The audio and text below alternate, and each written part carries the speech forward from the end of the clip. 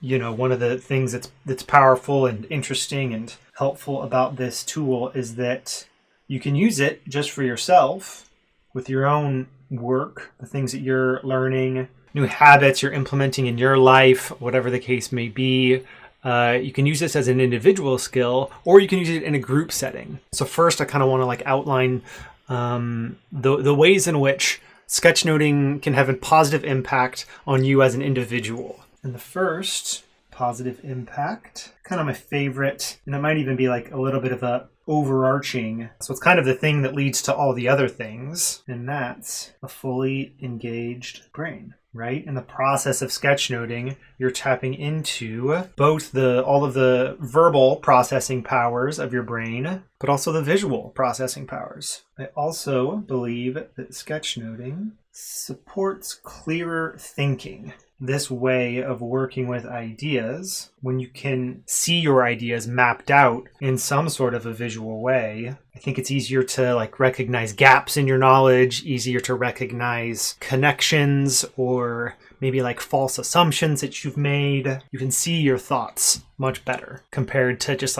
even if you maybe journal out your ideas, there's a benefit to stream of consciousness journaling, but something about mapping out your ideas in a visual way just helps you kind of see the ideas more clearly, how those ideas are connected to each other. I like that about sketchnoting. I also think sketchnoting has the positive impact of just supporting a better recall. So when used as a learning tool, whether you're reading a book or maybe listening to a podcast and you're doing something to visualize those ideas, no matter how sloppy or polished those visuals might be, capturing those ideas in words and in visuals, if you then think about what happens later that week, the next week, in a month's time, in a few months' time, that active engagement, I think it's the combination of having that fully engaged brain while you're listening and processing to those ideas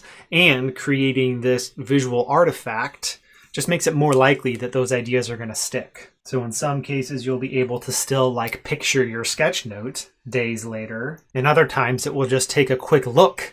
It will only take a quick reference back on what you created to remind yourself of all of those ideas. So that's another impact of sketchnoting on individuals. I also think that sketchnotes they're a great jumping off point. So what I mean by that is once you've captured ideas in any sort of a diagram, any sort of a sketch, it just makes it so much easier to pinpoint ideas for deeper exploration.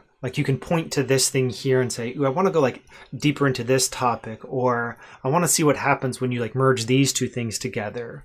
Or this brings up this question that could be another branch of this mind map or another aspect of that flowchart. So let's say, you create a sketch note, capture a bunch of ideas. You might recognize that, this idea here, I've got a question about it. There's a new question that came up because of the way in which I captured these ideas that I want to go explore. Here's a rabbit hole that I want to go down. Or maybe one of the ideas is just a really important thing that you want to apply to your personal life. So it can be a jumping off point into taking action on that idea or incorporating something new into the way you view the world and the way you interact in it. Kind of connected to the jumping off point, it has the potential to be a record of your evolving understanding of a topic. Each individual sketch note that you make is kind of a snapshot of what you learned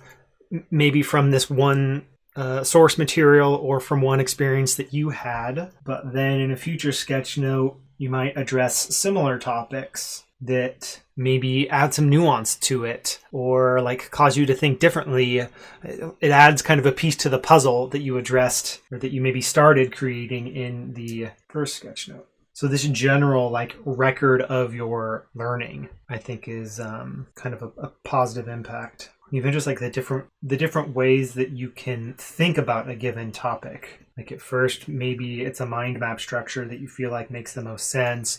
but then with a certain aspect of it, you want to bring in a flow chart. Maybe later on, you bring in something like a Venn diagram. Different ways of thinking about the nuances behind whatever it is that you spend your time working on or learning or thinking about. Yeah, I like what Layla brings in here. Sketchnoting makes me slow down, and that is really good when brainstorming with others as well. I think that's a positive impact. And I think it's connected to like the clear thinking piece. Like you kind of slow down your thoughts so that you can see them more clearly and maybe represent them more accurately. Jane also says it's easier to find stuff later.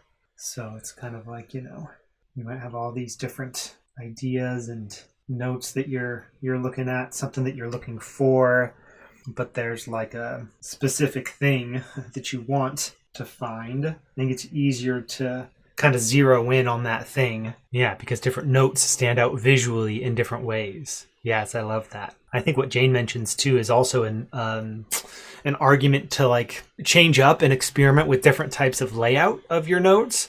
Like, as you've probably seen, my go-to, especially when capturing ideas live here, is this mind map approach because of how flexible it is. But depending on how like unique the visuals are of that mind map, it could get to the point where, if you look at 10 or 20 different mind maps that I've created, they might all look really similar, which would maybe be an argument for, hey, this time maybe like let's try to identify an overarching visual metaphor as the container for these ideas. Or like, what's the scene that I maybe want to use as a reference? So here we've got a handful, a probably non-comprehensive list of the positive impacts that sketchnoting can have on individuals.